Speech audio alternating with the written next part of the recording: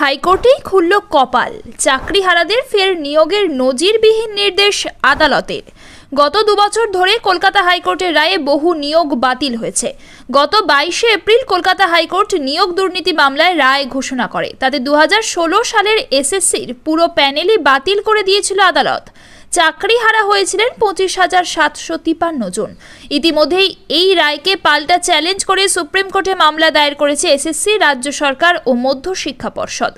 এর আগে জন আদালতের অন্তর্বর্তীকালীন নির্দেশেই 8 জন প্রাথমিক শিক্ষক এবং শিক্ষিকার নিয়োগ বাতিল হয়েছিল 2021 সালে।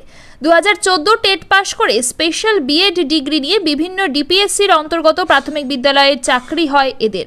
তবে তার কিছু মাসের মধ্যেই প্রাইমারি বোর্ড যোগদানপত্র বাতিল করার নির্দেশ দেয়।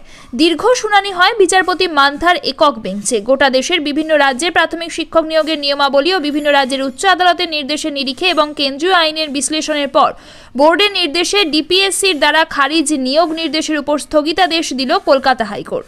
সমস্ত কিছু বিবেচনা করে ওই 8 চাকরিহারাকে পুনরায় কাজে ফেরানোর নির্দেশ দিল কলকাতা হাইকোর্ট। জানা গিয়েছে এই 8 জনই স্পেশাল বিএড ডিগ্রিধারী। আর আদালতের নির্দেশে এই চাকরি ফেরার ঘটনার পর এবার তাদের অনেকের মনেই চাকরি ফিরে পাওয়া নিয়ে ফের আশা জাগছে।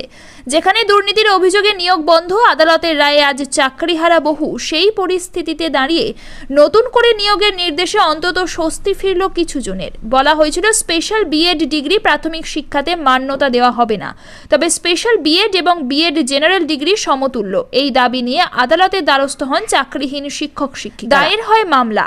কলকাতা হাইকোর্টের বিচারপতি রাজাশেখর মান্থার এজলাসে মামলা উঠলে অবশেষে হয় সুরাহা।